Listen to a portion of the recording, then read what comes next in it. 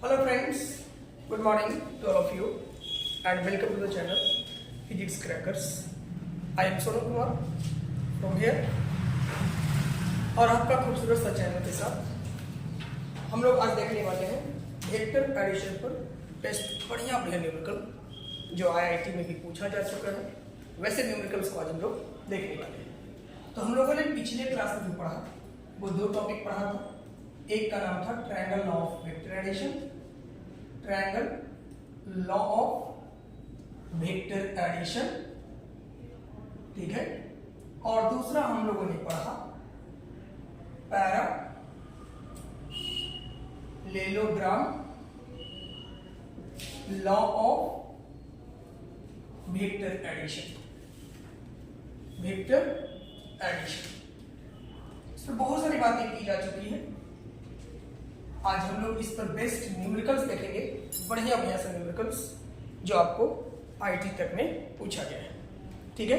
तो आइए हम लोग शुरुआत करते हैं क्वेश्चन के भौकाल के साथ, ठीक है। तो आप लोग रेडी हैं? कॉपी कलम निकाल करके आराम से क्वेश्चंस को लिखते चलें, नोट्स बनाते चलें फटाफट में। आइए तो पहला क्वेश्चन मैं ले रहा हूँ, पहला क्वेश्चन जो शुरुआत में कर रहा हूँ, देखिए पहला क्वेश्चन बिल्कुल बारीकी से कॉन्सेप्ट को समझिएगा, क्वेश्चन कैसे बनाया जाता है, इन सारे तरीकों को यहाँ से सीखने का आपको मौका मिलेगा। क्वेश्चन पहला कर रहा है two forces 5 Newton and 7 Newton acts on a particle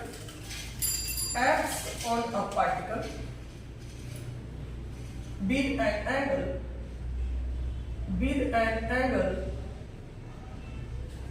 angle of 60 degree between them, ठीक है। Find the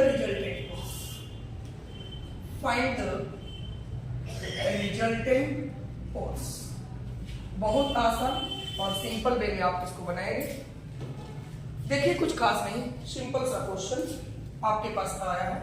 टू फोर्सेस, चलो एक फोर्स ये रहा आपका, नाम मैंने दे दिया F1, और दूसरी कोई फोर्स है that is the F2, F1 और कौन सा F2। इन दोनों के बीच का एंगल दे रखा है वाला कितना degree, 60 degree. Angle between them बीच कितना डिग्री है, 60 डिग्री उनके बीच का। अब आपसे कह रहा है फाइंड द रिजल्टेंट फोर्स, तो इसको दो तरीके से बना सकते हो।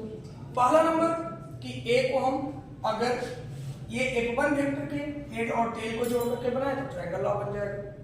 अगर यही टेल और टेल को ही रहने दे तो यहां से आप एक खींचोगे तीसरी नंबर लाइन, और ये आपका हो जाएगा कोई मान लो F net vector, that is. अभी कौन सा लॉ बन गया, parallelogram law of addition of vector बन गया।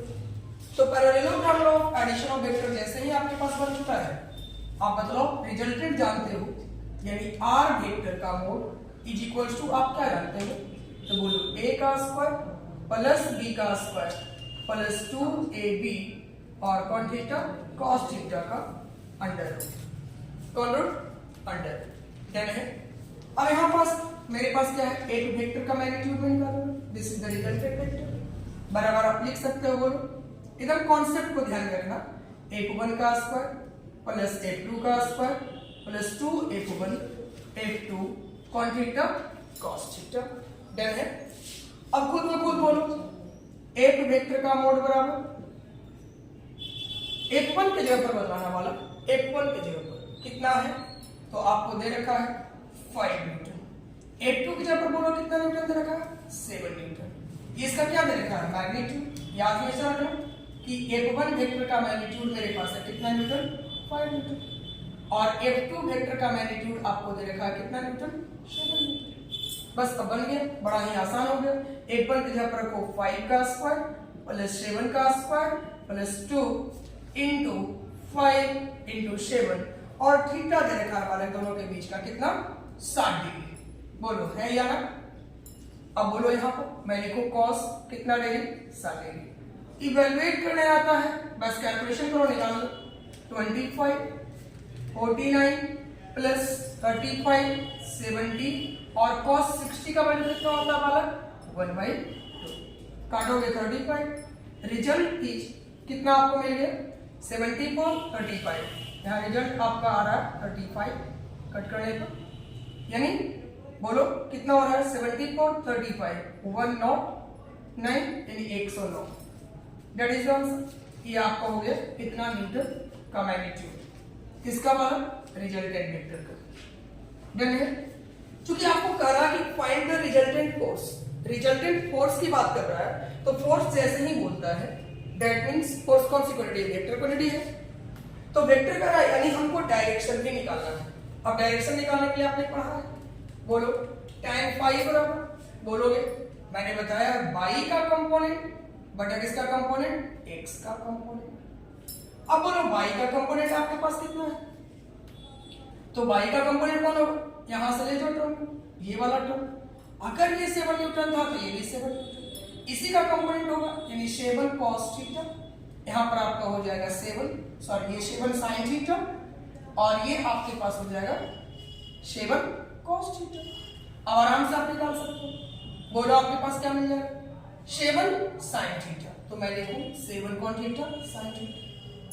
x का कंपोनेंट में 5 भी है और प्लस आपके पास हो गया 7 cos थीटा cos थीटा। हम उम्मीद करते हैं कि अब आसानी के साथ आप निकाल सकते हैं, यानी यहां से tan phi is equal to आपके पास आ जाएगा 7 sin 60 √3/2। यहां 5 रहने दो प्लस 7 को 7 रहने दो 1/2। कैलकुलेशन कर लेंगे ये आपका डायरेक्शन निकल जाएगा यानी 5 बराबर tan इनवर्स में वैल्यू आपका। तो उम्मीद कर रहे हैं पहला क्वेश्चन काफी बारीकी से समझ में आया। चलिए तो हम अब दूसरे क्वेश्चन की ओर बढ़ते हैं। अब हम दूसरे क्वेश्चन की ओर बढ़ते हैं, ठीक है। आइए दूसरा क्वेश्चन मेरा क्या कहता है जो देखेंगे। बड़ा सिंपल सा क्वेश्चन हम लोग बनाते चलेंगे, ज्यादा कुछ दिमाग लगाना है नहीं, थोड़ा सा दिमाग लगाइए, फॉर्मूला और कॉन्सेप्ट को ध्यान में रखिए, क्वेश्चंस बनते चले जाएंगे। इसको मिटाया जाए। आइए क्वेश्चन नंबर हम लोग आज के लिए 2 पर बात करते हैं और आराम से स्थिरता के साथ आप लोग बनाएंगे क्वेश्चंस को, ठीक है। एकदम स्थिरता के साथ क्वेश्चंस को बनाएंगे बड़े ही इजी वे में। देखिए तो क्वेश्चन नंबर 2 आपको कह रहा है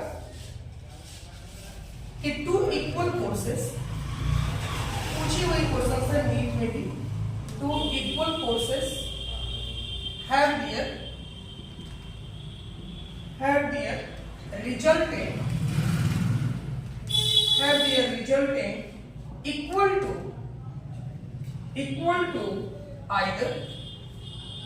to either what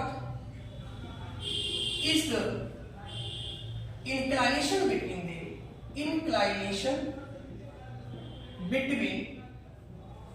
क्या पूछ रहा है नीट में पूछा हुआ क्वेश्चंस, ये नीट का क्वेश्चंस याद रखेंगे और आप लोग बारीकी से इसको सॉल्व भी करने का पहले प्रयास करिए। पहले खुद से सॉल्व कीजिए, वीडियो को पॉज कीजिए और पॉज करके खुद से कैलकुलेट करने का प्रयास करिए, ठीक है। चलिए आइए तो क्वेश्चन नंबर 2 का सॉल्यूशन हम लोग देखते हैं। क्या कह रहा है देखो 2 इक्वल फोर्सेस, चलो मैंने कहा F A है is equal to A to B है, have the resultant equal to either, इसका जो रिजल्टेंट है इक्वल टू आइदर किसी एक के बराबर।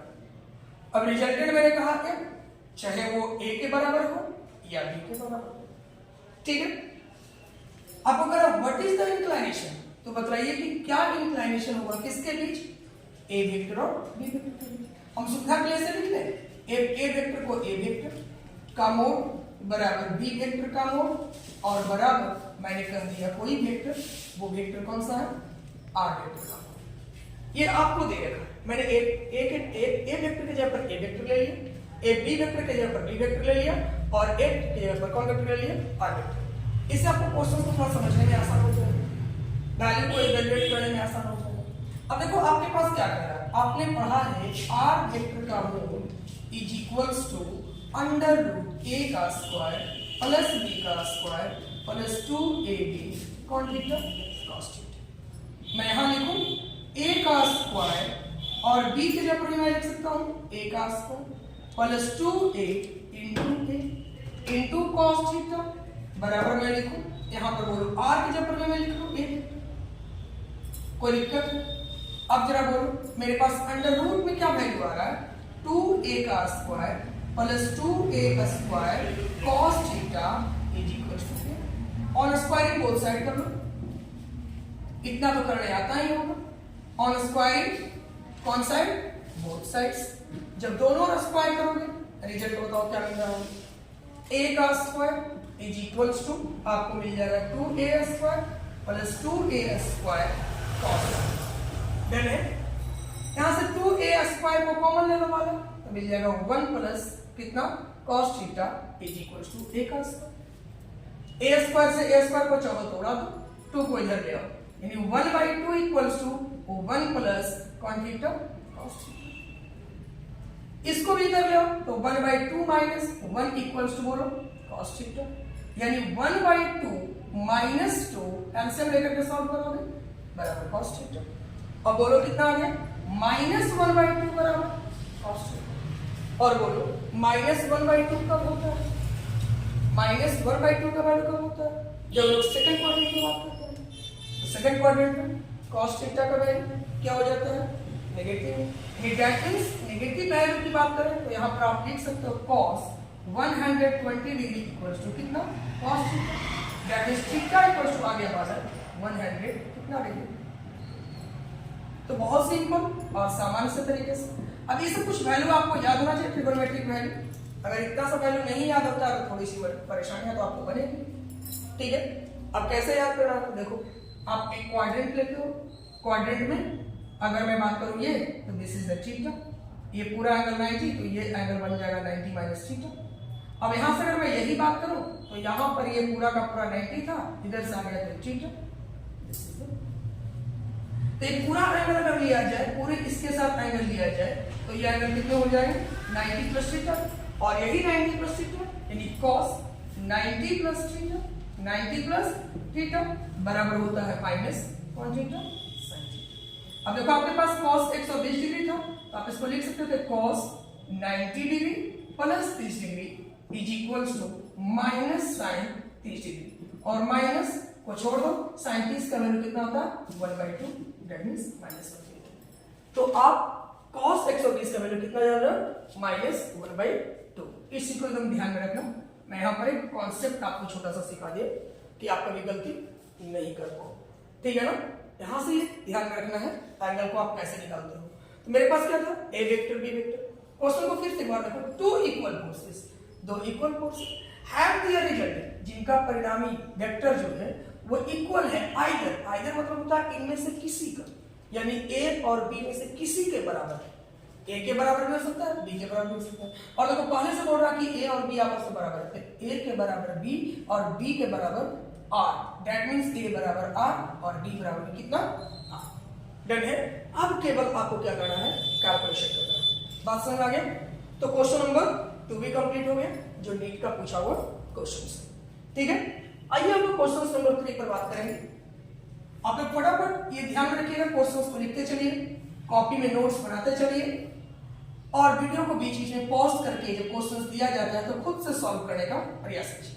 मैं कल भी बोल रहा हूं, मैं आज भी बोल रहा हूं कि जब तक आप खुद से क्वेश्चंस को बनाएंगे नहीं तब तक आपका कॉन्सेप्ट कवर होने वाला नहीं है।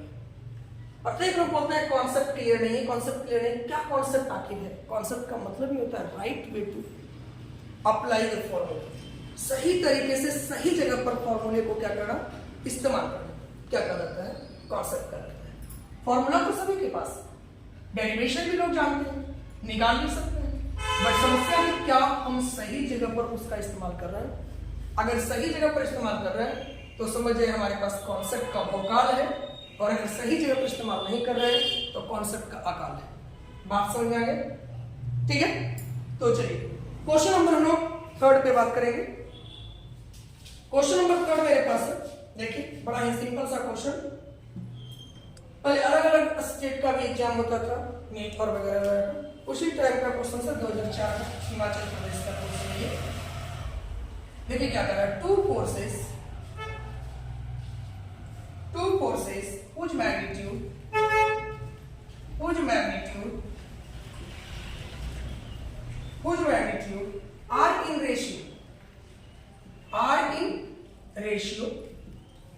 are in ratio of 3:5 give a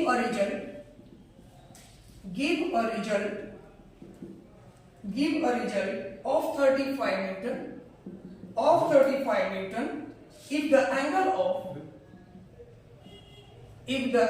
of inclination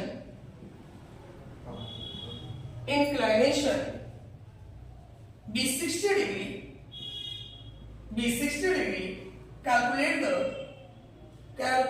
the magnitude of each force. बहुत सिंपल और सामान्य से मैं बना सकता हूं। अब देखो आपको क्या करना है, टू फोर्सेस, बस दिमाग लगाओ, whose magnitude are in the ratio. ये दो फोर्स, चलो मैंने कहा कि एक फोर्स ए हुआ और दूसरा फोर्स मेरे पास क्या है, बी हुआ। अब करा कि ए फोर्स का मैग्नीट्यूड और बी फोर्स का मैग्नीट्यूड, अगर मैं बात करूं ए बाई बी की, तो आपको करा 3/5। थोड़ा सा ध्यान रखना, क्लास 9, 10, 7, 6 पढ़ करके आप आए हो, जब भी रेशियो टर्म होता है तो हम एक कॉमन टर्म मानते हैं दोनों में, इसमें भी और इसमें भी। मैंने मान लिया कि इसमें और इसमें दोनों में कोई कॉमन टर्म होगा और वह कॉमन टर्म कितना है, x। तो मैंने कहा दिस इज 3x, 3:5 में बोल रहा हूं, और यहां बोलो कॉमन टर्म में x तो मैंने माना, तो मैंने कहा दिया 5x।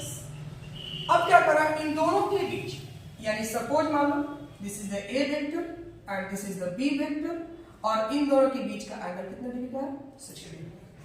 अब रिजल्टेंट निकालने का तरीका बड़ी आसान है, बोलो r वेक्टर का मोड बराबर आप लिख सकते हो, बोलना वाला a का स्क्वायर प्लस b का स्क्वायर प्लस 2ab और कॉन थीटा cos थीटा। बोलो सारा चीज चालू किया हुआ था, मैं r वेक्टर की जगह पर देखो क्वेश्चंस में लिखा है कितना न्यूटन है, 35 न्यूटन, यानी r वेक्टर का मोड बराबर 35 न्यूटन। और यहां पर लिखो 35 न्यूटन बराबर a की जगह पर आप कितना लिखोगे बेटा, 3x का स्क्वायर प्लस b की जगह पर बोलो कितना लिखोगे, तो 5x का स्क्वायर प्लस बोलोगे 2 a की जगह पर कितना, जल्दी बोलो 3x, b की जगह पर बोलो कितना 5x, और cos थीटा की जगह पर बोलो cos 60 डिग्री।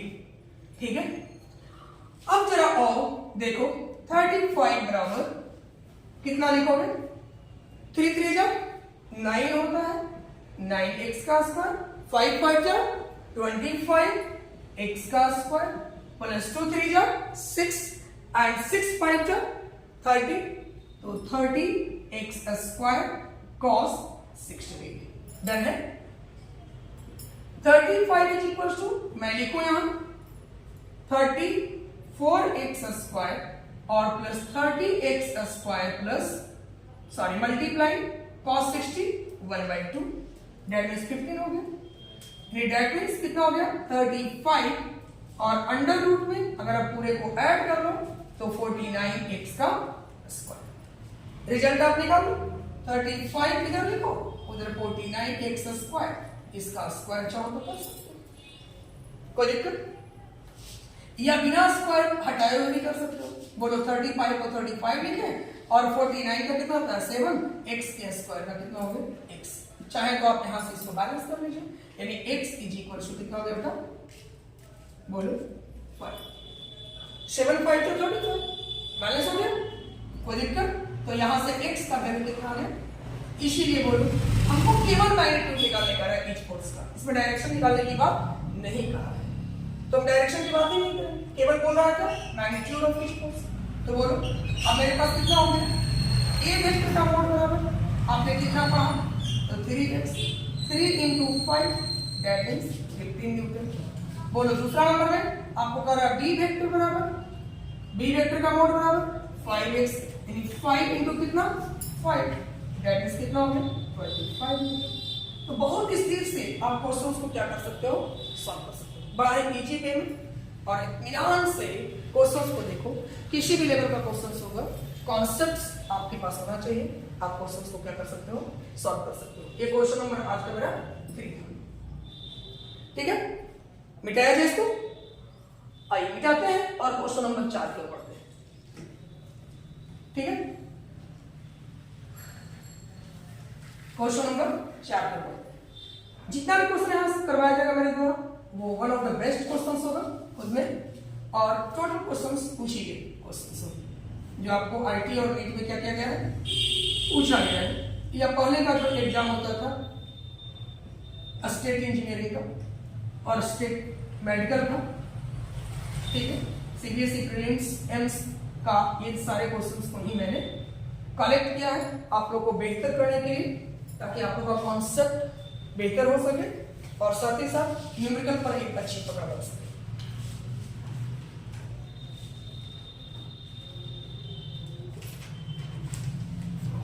आइए एक क्वेश्चन लेते हैं, बढ़िया सा क्वेश्चन जो नीट में पूछी गई है, और आज के लिए क्वेश्चन नंबर कितना है 4, ठीक है। कह the greatest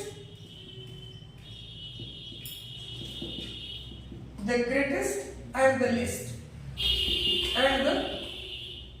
least resultant of two forces acting at a point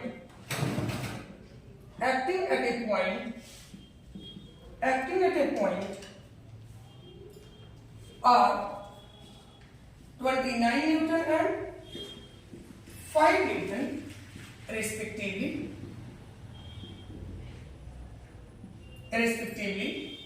If each force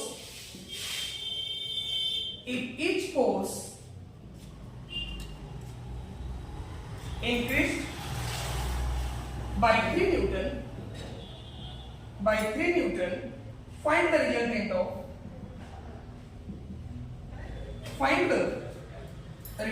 of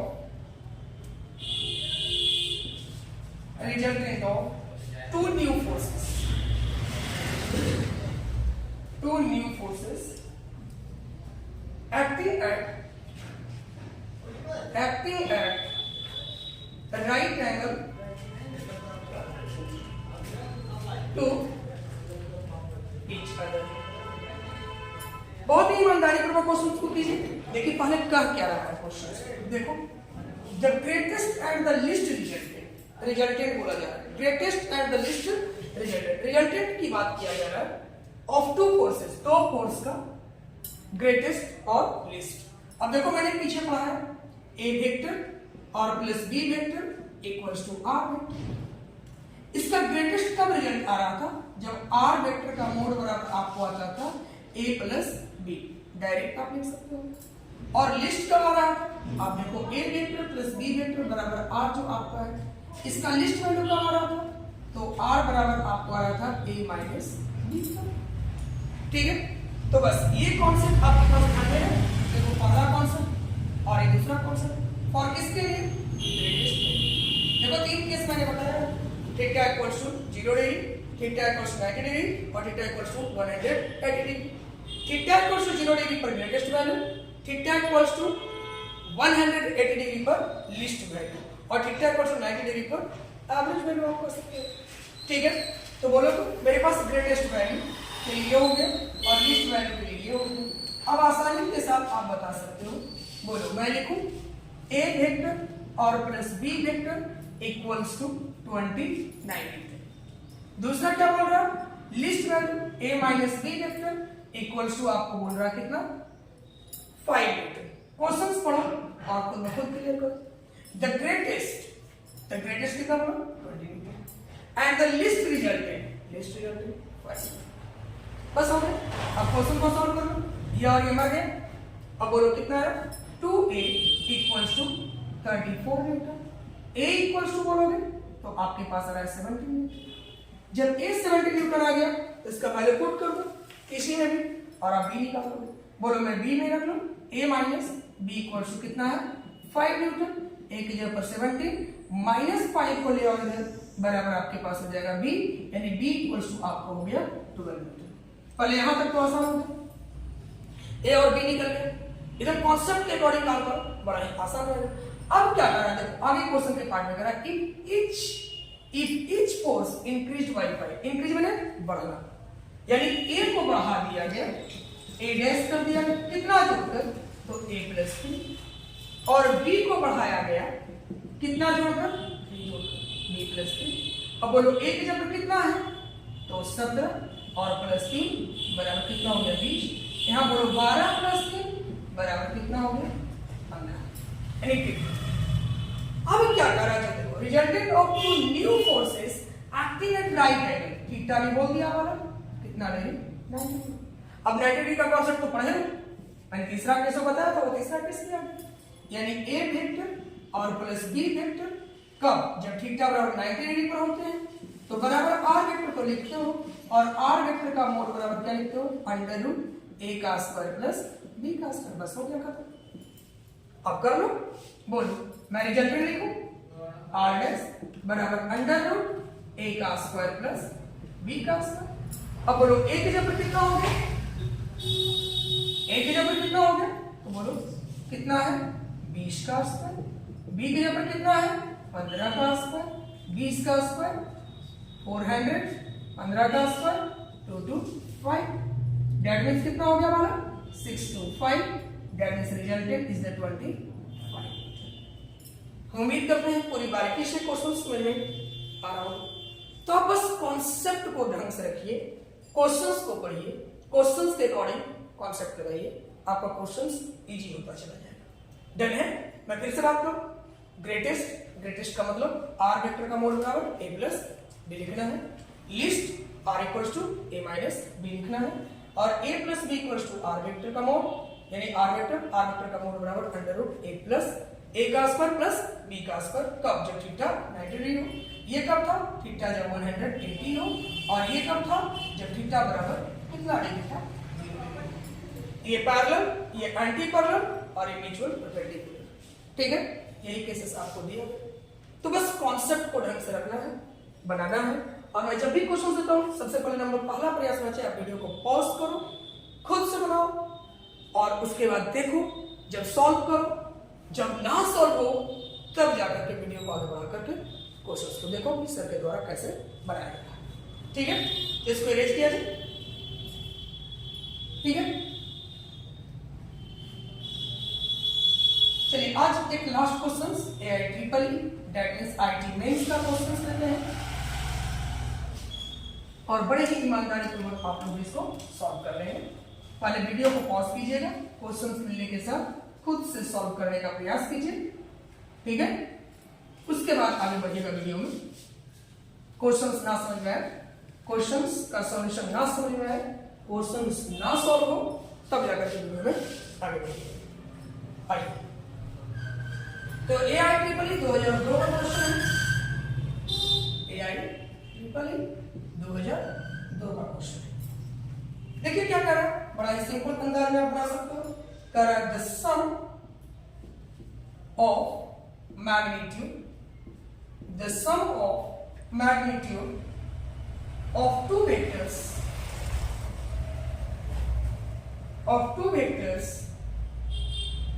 acting at a point, या two forces है,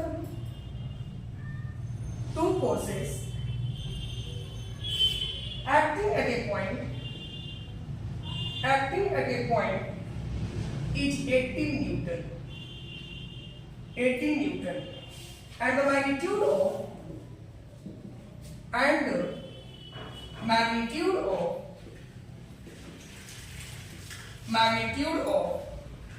their resultant is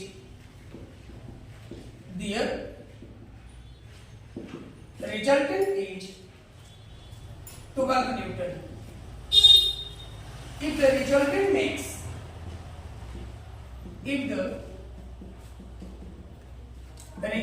makes an angle of 90 degree with the force of a smaller magnitude,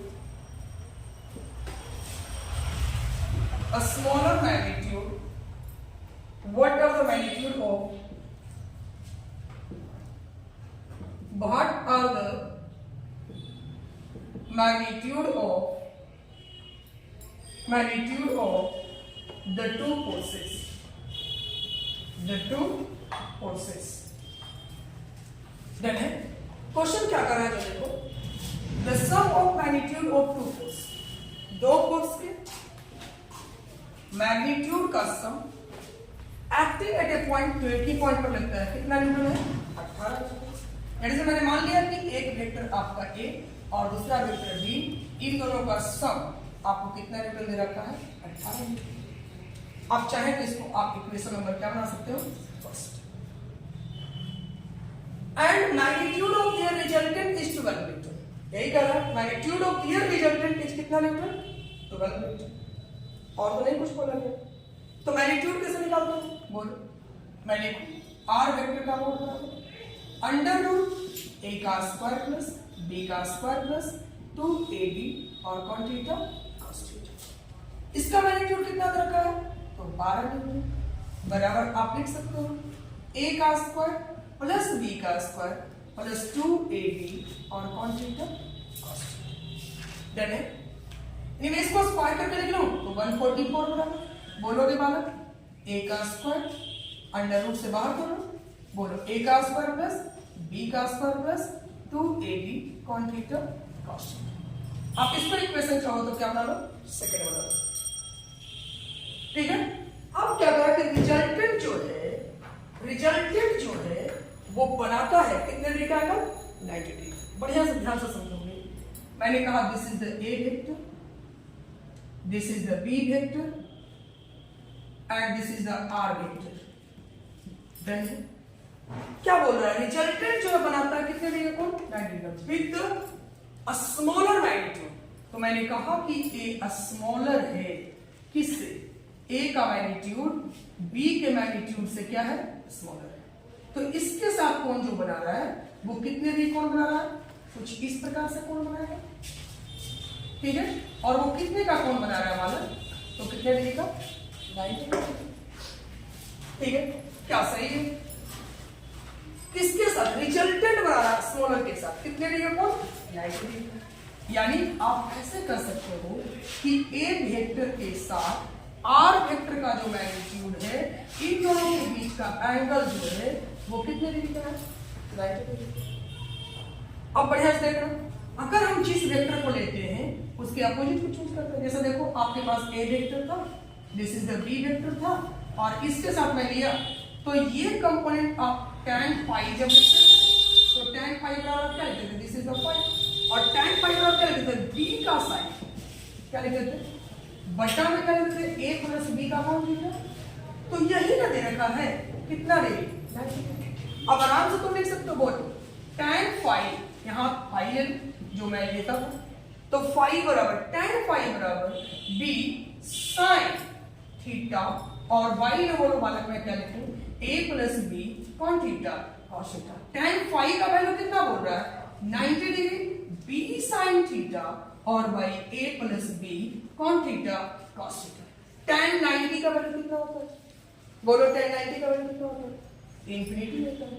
तो infinity बराबर क्या मिल गया b sin theta by a plus b cos theta cos। इसको इधर ले आओ, इसको इधर ले आओ, मैं लिखूं a plus b sin theta, sorry a plus b cos theta, इसको इधर लाना है a plus b cos theta, बोलो cos थीटा बराबर क्या हो गया b sin थीटा, और y आपके पास कौन है tan phi। बढ़िया से बोलना क्या बोला tan phi, और tan phi 90 का वैल्यू कितना है 8। डन है। तो यहां पर इंफिनिटी पुट कर लोगे, कितना पुट कर लोगे इंफिनिटी पुट करोगे, इंफिनिटी से जब किसी भी टर्म में भाग देंगे रिजल्ट 0 आ जाएगा। तो a plus b cos theta बराबर कितना आ गया 0। तुम चाहो तो लिख सकते हो b cos थीटा बराबर माइनस। अब वैल्यू इसमें केवल सब्स्टिट्यूट कर दो, रिजल्ट अपने आप मिल जाएगा। अब कुछ करना नहीं है, बोलो मैं लिख सकता हूं a के जगह पर यानी b की जगह पर मैं चाहता तो लिख सकता हूं b की जगह पर यहीं से निकाल लो तो क्या लिखोगे 18 माइनस 8, मैं लिखूं a का स्क्वायर जैसे वैसे छोड़ दो b की जगह मैं लिखूं 18 माइनस a का स्क्वायर प्लस 2a और b cos थीटा बराबर कितना है माइनस, इसी में केवल सॉल्व कर लेना। अब वैल्यू रखो निकाल लो 144 बराबर बोलो a का स्क्वायर, इसको करो 18 का स्क्वायर 324, ठीक है, a का स्क्वायर बोलो और प्लस 2ab होता है 36, 18 का 36 और क्या हो जाएगा a, साइन माइनस का यहाँ साइन माइनस का देंगे, ठीक है, और माइनस में आपको हो जाएगा 2a का स्क्वायर। बोलो हम समझते हैं कि ये टर्म इससे पूरा एक कैंसिल हो गया। अब कितना हो गया 324, 36 के 324 किधर ले आओ, यानी 144 माइनस 324 बराबर माइनस 36 पे, माइनस 180 बराबर माइनस 36 पे, माइनस से माइनस का हो जाएगा मर जाएगा 36 बचे 180। ए का वैल्यू कितना आ गया, ए बराबर आपके पास आ गया 5। अब देखो कितना आसान हो गया, कितना आ गया। अब बोलो a प्लस बी बराबर आपको दे रखा है 18, यानी a बराबर आप 5 रखोगे तो b का वैल्यू बोलो यहाँ 5, b बराबर बोलो कितना हो गया, यानी b इक्वल्स टू 18 माइनस 5 बराबर कितना, डन है या डॉट। बस एक बार फिर से इसको कॉन्सेप्ट को देखो, ध्यान में रखो हमारे पास क्या कर रहा था, sum of magnitude of two forces, दो फोर्स के मैग्नीट्यूड का सम, यानी a प्लस b बराबर मैंने कितना कर दिया 18, तो b बराबर चाहो तो लिख सकते हो 18 माइनस में, कोई दिक्कत है, कोई दिक्कत। अब बोलो उसके बाद क्या कर रहा है, इनके रिजल्टेंट जो आ रहा है ना a और b को जोड़ने पर वह कितना न्यूटन आ रहा है 12 न्यूटन। तो रिजल्टेंट कैसे निकालते हो, a का स्क्वायर प्लस b का square plus 2ab cos theta, value रखो यानी कितना आ जाएगा 144 इक्वल्स टू a का स्क्वायर प्लस b का square plus 2ab cos theta cos theta square root quarter. अब यहां पर वैल्यू यहां तक आपका इक्वेशंस निकल चुका है। अब देखो अब क्वेश्चन में ट्विस्ट है, यहां पे क्वेश्चन यहां से ट्विस्ट किया है, क्वेश्चंस को थोड़ा सा घुमाया गया है। क्या कह रहा है, if the resultant makes an angle 90 degree, resultant 90 degree का कोण बना रहा है किसके साथ, तो स्मॉलर फोर्स के साथ। तो मैंने क्या कहा कि स्मॉलर मैंने मान लिया है a को और b को ग्रेटर मान लिया, तो रिजल्टेंट बनेगा रिजल्टेंट a, दिस इज इसके साथ रिजल्टेंट ये रहा r वेक्टर, और a के साथ इसका रिजल्टेंट का कोण कितना बन रहा होगा, तो 90 डिग्री, कितना डिग्री 90 डिग्री। तो a और r के बीच फर्क और फाई बराबर। अब बोलो अब यहां के बाद जो ट्विस्ट था वो ट्विस्ट खत्म हो गया, ट्विस्ट यहीं तक था, क्योंकि जब हम ये निकाल लिए तो आसान हो गया। tan फाई बराबर क्या पढ़ लो b sin थीटा बटा a plus b cos theta, value substitute करोगे यानी tan फाई बराबर b sin theta by a plus b cos theta, यानी tan फाई कितने डिग्री का बोल रहा है 90 डिग्री, 90 सब्स्टिट्यूट करो b sin थीटा बटा a plus b cos theta, यानी tan 90 का वैल्यू होता कितना बेटा इनफाइनाइट, वैल्यू इनफाइनाइट रखेंगे b sin theta by a plus b cos theta, result निकाल लो। यहां से मैंने कर दिया कि b cos theta equal to कितना आ गया माइनस। अब इसके बाद इस इक्वेशन में वैल्यू पुट करो वैल्यू निकालो, a बराबर कितना आ गया 5 और b बराबर कितना आ गया, ठीक है। तो पूरे कॉन्सेप्ट कवर हुआ।